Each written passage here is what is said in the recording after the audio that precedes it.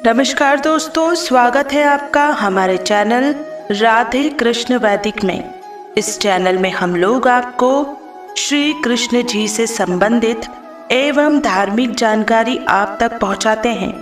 आज की अपनी प्रस्तुति में हम आपको वेदों और उपनिषदों के दिव्य ज्ञान के माध्यम से यह जानकारी देने का प्रयास कर रहे हैं कि मोक्ष क्या है, इसको क्यों प्राप्त करना चाहिए, इसको कैसे प्राप्त किया जा सकता है। श्रद्धावानम्बते ज्ञानम तत्परः संयतेन्द्रियः ज्ञानम लब्ध्वा पराम शांतिमचिरेण दिगच्छति। अर्थात श्रद्धावान मनुष्य और अपनी इंद्रियों पर संयम रखने वाले मनुष्य ही अपनी तत्परता से ज्ञान प्राप्त करते हैं, और जब उन्हें ज्ञान प्राप्त हो जाता है तो फिर उन्हें शीघ्र ही परम शांति अर्थात भगवान की प्राप्ति हो जाती है। यह संसार अनेक प्रकार के गुण रहस्य से भरा हुआ है, लेकिन आज एक रहस्यमय में प्रश्न का उत्तर जानने का प्रयास करते हैं कि मोक्ष क्या है और मुक्ति क्या है। क्या मुक्ति और मोक्ष दोनों एक ही हैं या इनमें कोई भेद है? हमें मोक्ष की आवश्यकता क्यों है और किस प्रकार से हमें मोक्ष को प्राप्त करना चाहिए? क्या सांसारिक माया से मुक्ति ही मोक्ष है या कर्म बंधन से मिलने वाली मुक्ति ही मोक्ष है? यह एक ऐसा विषय है जिसके बारे में प्रत्येक व्यक्ति को अवश्य ही जानना चाहिए। वास्तव में मोक्ष को समझने से पहले हमें सुख और दुख को समझना होगा, क्योंकि मोक्ष का आधार सुख और दुख ही है। देखा जाए तो इस संसार में सभी व्यक्ति दुखी हैं, क्योंकि जब हमने जन्म लिया तभी से दुख मिलने प्रारंभ हो जाते हैं। इस विषय में संत कबीर दास जी ने बहुत ही सुंदर लिखा है कि कबीरा, जब हम पैदा हुए जग हंसे हम रोए, ऐसी करनी कर चलो हम हंसे जग रोए। अर्थात जब कोई शिशु जन्म लेता है तो उसके परिवार में जन खुशियाँ बनाते हैं, लेकिन इस संसार में मिलने वाले दुखों का स्मरण करके वह शिशु स्वयं ही रोने लगता है। कुछ ऐसी ही बात तुलसीदास जी ने भी श्री रामचरितमानस में लिखी है कि जन्मत मरत दूसरा दुख होई। अर्थात हमारे जन्म से लेकर मरण तक हमें अनेकों दुख गहरे रहते हैं। अगर ध्यान देकर विचार करें तो लगता है कि मनुष्य हर वक्त दुखी ही रहता है। जैसे यदि बचपन में किसी ने बच्चे को खिलौना दे दिया तो वह प्रसन्न हो जाता है, लेकिन यदि किसी ने उसका खिलौना छीन लिया तो वह दुखी हो जाता है। ठीक इसी प्रकार बचपन जैसे सुख और दुख की प्रक्रिया जीवन भर चलती रहती है। इस संदर्भ में गीता में भी कहा गया है कि विषयों अर्थात संसार में मिलने वाली हर प्रकार की वस्तुओं और सुविधाओं का चिंतन करने वाले मनुष्यों की उन विषयों में आसक्ति हो जाती है। आसक्ति से कामना अर्थात इच्छा उत्पन्न होती है, और अगर इच्छा पूरी न हो तो फिर कामना से क्रोध उत्पन्न हो जाता है। इस प्रकार मनुष्य जीवन भर इच्छाओं को पूरा करने में लगा रहता है। अगर उसकी इच्छा पूरी हो जाए तो उसे सुख प्राप्त होता है, अगर उसकी इच्छा पूरी न हुई तो उसे दुख प्राप्त होता है, और दुख से फिर क्रोध उत्पन्न होता है, और फिर क्रोध उत्पन्न होने से उसकी मति अर्थात बुद्धि भ्रमित हो जाती है और वह पाप करने लगता है। इस प्रकार पाप में अनुप्रयुक्त रहने से उसका पतन हो जाता है। सुख की आशा किए हुए उसकी यह प्रक्रिया जीवन पर्यंत चलती रहती है, और जब उसकी मृत्यु निकट आती है तो तब भी उसके मन में आसक्तियों का मोह चलता रहता है।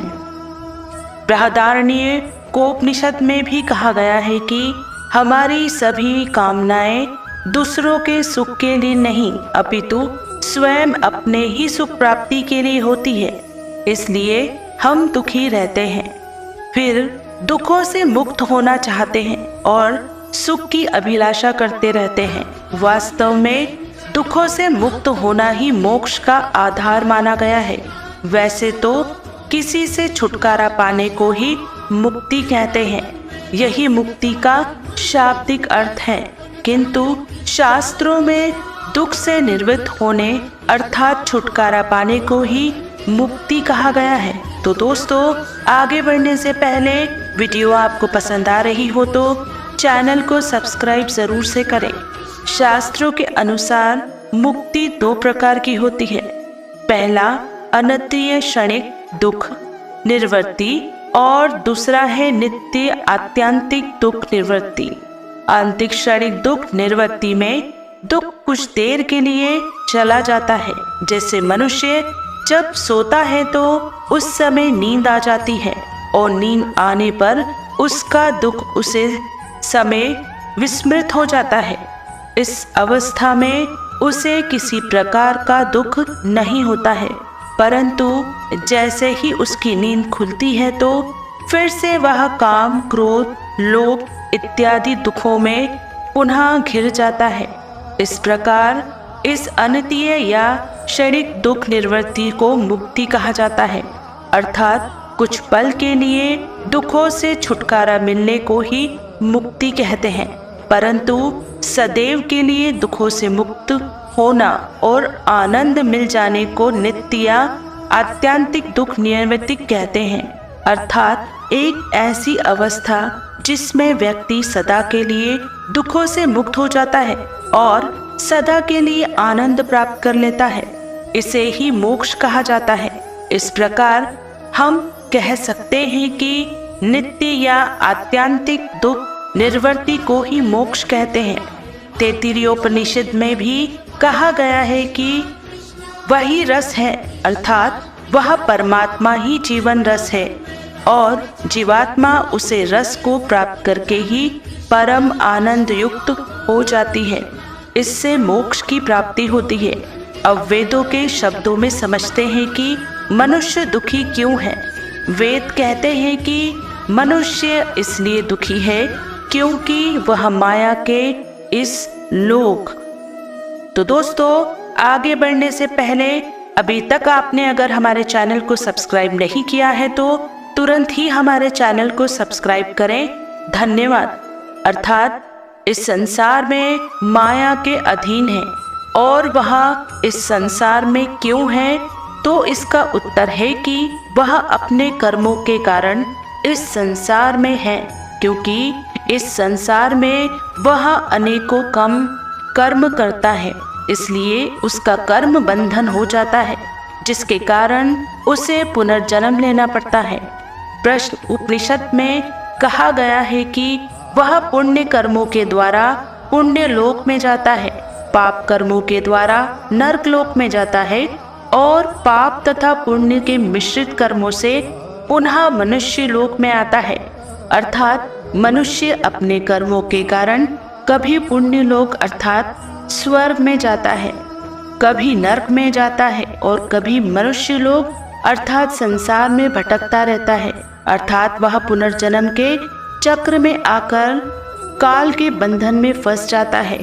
श्वेताश्वरोपनिषद ने कहा गया है कि जीवात्मा इस जगत के विषयों का भोक्ता बना रहने के कारण ही प्रकृति अर्थात माया के अधीन असमर्थ होकर इसमें बंध जाता है।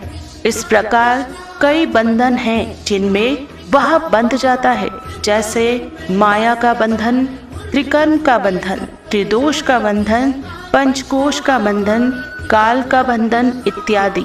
परंतु जो मनुष्य परमात्मा के अधीन होकर इन बंधनों से मुक्ति पा लेता है, वास्तव में वह मोक्ष को भी प्राप्त कर लेता है।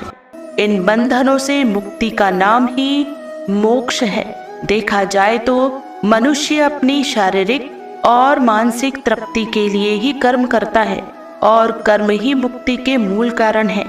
यह सभी कर्मों के फलों व असत्यों से छुटकारा ले सके तो उसे मोक्ष की प्राप्ति हो जाए। लेकिन कर्म करने वाले मनुष्य माया के 3 गुण अर्थात त्रिगुण जैसे सात्विक कर्म, राजस कर्म और तमस कर्म के अधीन हो जाता है, क्योंकि मनुष्य के कर्म का कारण माया की यही 3 गुण है। यदि मनुष्य कर्म बंधन या दूसरे शब्दों में कहे तो पुनर्जन्म से मुक्ति प्राप्त करता है तो उसे मोक्ष की प्राप्ति भी स्वयं ही हो जाती है। परंतु कुछ मनुष्यों को अध्यात्म को नहीं मानते हैं, लेकिन वह प्रश्न करते हैं कि हमें मोक्ष की आवश्यकता क्यों है, क्यों हम मोक्ष प्राप्त करें। तो इसका एक स्पष्ट सा उत्तर समझ में आता है कि चाहे आस्तिक हो या नास्तिक हो, सभी सुख की अभिलाषा करते हैं, आनंद की अभिलाषा करते हैं, माया रूपी दुखों से मुक्ति चाहते हैं और इस जीवन मरण के चक्र से मुक्त होकर उसे परम पिता परमेश्वर के श्री चरणों में विलीन होना चाहते हैं। परंतु भगवान की प्राप्ति या मोक्ष पाने के लिए मृत्यु की प्रतीक्षा नहीं करनी होती है, क्योंकि किसी भी मनुष्य को मृत्यु के बाद कर्म करने का अधिकार नहीं है। अतः मनुष्य को अपने जीवन काल में ही मोक्ष की अवस्था प्राप्त करनी होती है, तभी वह मृत्यु के बाद परम गति को प्राप्त हो सकता है। ऐसे कई उदाहरण हैं जिन्होंने अपने जीवन काल में ही अपने लिए मोक्ष का मार्ग प्रशस्त किया। गोस्वामी तुलसीदास जी, कबीर दास जी, सूरदास जी, मीराबाई, भक्त प्रहलाद तथा राजा परीक्षित इत्यादि अनेकों भक्त हुए जिन्होंने अपने जीवन काल में भगवान अर्थात मोक्ष को प्राप्त किया, फिर संसार को छोड़ने के बाद परम गति को प्राप्त हुए। तो ये थी मोक्ष प्राप्ति के बारे में एक छोटी सी जानकारी। हम आशा करते हैं कि हमारी प्रस्तुति आपको अच्छी लगी हो, तो वीडियो को लाइक करें और हमारे चैनल को सब्सक्राइब करने का कष्ट करें। अगर आपने हमारा चैनल पहले से ही सब्सक्राइब कर रखा है तो इसके लिए हम हृदय की अनंत गहराइयों से आपका कोटि कोटि धन्यवाद करते हैं। अपनी अगली प्रस्तुति में हम आपको एक नई जानकारी देने का प्रयास करेंगे। एक बार फिर से आपका बहुत बहुत धन्यवाद। जय श्री कृष्ण। हर हर महादेव।